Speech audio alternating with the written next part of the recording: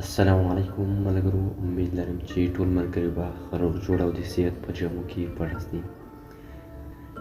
راځو نن د ارطغرل په باره کې د دې تاریخ به زه تاسو ته لږ مخکې کېدم، زه به تاسو ته لږ بیان کړم.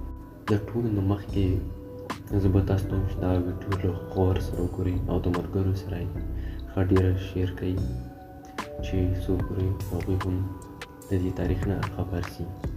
ارطغرل غازي د عثماني خلافت بنسټ ایښودونکی دی. هغه په 1191 میلادي کال کې زیږېدلی او په 1280 میلادي کال کې وفات شو. ځینې کتابونه یې 1281 عیسوي وایي. هغه 3 زامن درلودل: کندوز، زوجي او عثمان دی، او دریم زوی عثمان په 1291 میلادي کال کې د پلار وفات نه بعد خلافت 10 کاله وروسته تأسیس شو او د ارطغرل همدغه زوی عثمان په نوم عثمانیه خلافت په نوم ونومول شو، خو د خلافت بنسټ د ارطغرل غازي لخوا کېښودل شوی و.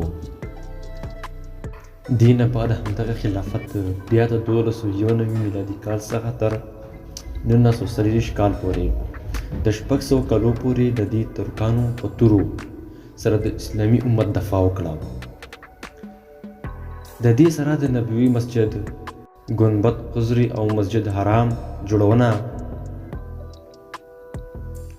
د سیدنا امیر حمزه زیارت، د مکې مکرمې ته د یو عالی کانال، د محمد صلی الله علیه وسلم زیارت شاوخوا د پلیدیو دیوال رهبري کړی، مکې ته د ریل پروژې په څیر عالي بریاوې ترسره کړې. د ارطغرل غازي کورنۍ له مرکزي اسیا څخه دلته راغلې وه او د هغه لمسی امجد او غز خان 12 زامن درلودل چې له دې څخه دا 12 قبیلې تشکیل شوې. یو له هغه څخه دا کی قبیله وه چې له کومې سره د ارطغرل غازي اړیکه وه او ستاسو د پلار نوم سلیمان شاه و. ارطغرل غازي 3 وروڼه درلودل: سارم، زولجان او کلدارو. د مور نوم یې حایمه وه. ستاسو قبیله لومړی د مرکزي اسیا څخه ایران ته، بیا له ایران څخه اناتولیا د منګول یرغل سره د معاملې لپاره راغلل، چیرې چې سلطان علاءالدین امپراتور سلطان و او دا سلجوق ترکي امپراتور سلطان الپ ارسلان تاسیس کړ.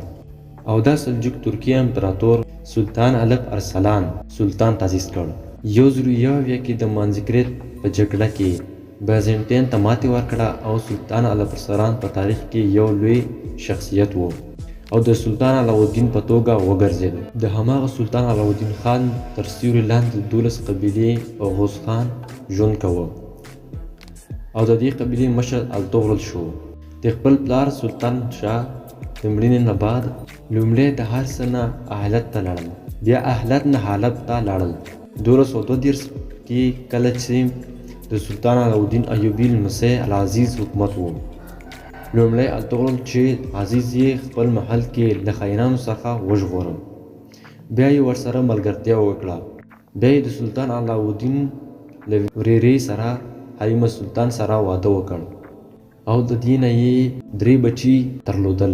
هغه چې د ایوبیډ او سلجوقو سره ملګرتیا وکړه د حلب سره نږدې د صلیبیانو پیاده سیمه فتح کړه او بیا ارطغرل سلطان علاءالدین ته ډیر نږدې شو. کله چې د منګولو یرغل را نږدې شو نو ارطغرل غازي د منګول مشر نویان ته ماتې ورکړه. نویان د منګول باچا اوکتای خان خلاص و.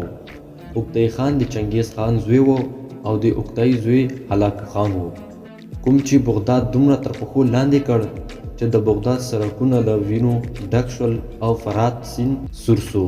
همدغه نویان ته ارطغرل غازي ماتې ورکړه او بیا ارطغرل غازي د خپلې قبیلې سره سوګوت ته راغی، قسطنطنیه ته نږدې، او لومړی یې هلته د بازنټین یوه مهمه کلا فتح کړه او دلته یې ټول ترکي قبیلې راټولې کړې او د سلطان علاءالدین وروسته د هغه زوی غیاث الدین سلطان شو او د هغې لور سره یې د عثمان واده وکړ. سلطان غیاث الدین په یو جګړه کې شهید شو. عثمان غازي سلطان شو او د هغه اولاده سلطان محمد فاتح چې په 1453 کې قسطنطنیه فتح کړه د رسول الله صلی الله علیه وسلم نه څرګنده خبر پوره شو. د الطور الغازي په څېر جنګیالي په تاریخ کې ډېر کم دي، مګر زموږ نسل دوی نه پیژني. دوی ډېر زړور جنګیالي وو. هر جنګیالی چې د اسلام له لارې تللی دی یا د اسلام لپاره یو څه کړي دي، د دوی روحاني اړخ ضرور وي. باید د هغې تر شا یو روحاني شخصیت وي چې دنده یې د خدای لخوا مسلط شوي. تاریخ واخله یا د اسلام له پیله تر نن ورځ پورې که څوک د اسلامي امت لپاره د اسلام لپاره کوم فرض سرته رسوي، نو د دې روحاني اړخ به هم ضرور وي. د ده جنګیالي تر شا الطور الغازي د خدای په فضل او د پیغمبر حضرت محمد صلی الله علیه وسلم په فضل سره چې په دنده ګمارل شوی وو، شیخ محی الدین ابن العربي رحمت الله علیه د دې تر شا وو او هغه د سلګونو کتابونو لیکوال وو. ناز تفسیر د لیکلي پوهنې د نړۍ باچا هم پیژندل کېده او په تصوف کې له هیچا وروسته نه وو. څوک چې له اندلس څخه د الطور الغازي روحاني مرستې ته راغلي وو. امام ابن العربي 2000 الطور الغازي د مرګ له خولې ژغورلی وو او تل یې الطور الغازي روحاني مرسته کوله. دا احساساتي یا ملغه شوي نظرونه نه دي. دوی باندې هغه څوک پوهېدلی شي څوک چې په روحانیت باور لري، او چې څوک دا نور نه لري نو هغه ړوند دی. هغه د ریبلر سیکولر په څېر هېڅ نه پوهېږي. الله دې د الطور الغازي عزت لوړ کړي او په زرهاو برکتونه دې د هغه په قبر ومومي. آمین. په اخره کې زما تاسو ته دومره درخواست ده چې دا ویډیو ډېره نه ډېره له ملګرو سره شیر کړي چې تر څو پورې هغوی هم د دې تاریخ نه څه فایده واخلي او یا هم ترېنه خبر سي. نو تر بلې ویډیو پورې ما ته خدای پاماني راکوئ او د خپل ځان ډېر خیال ساتئ. د خدای پامان.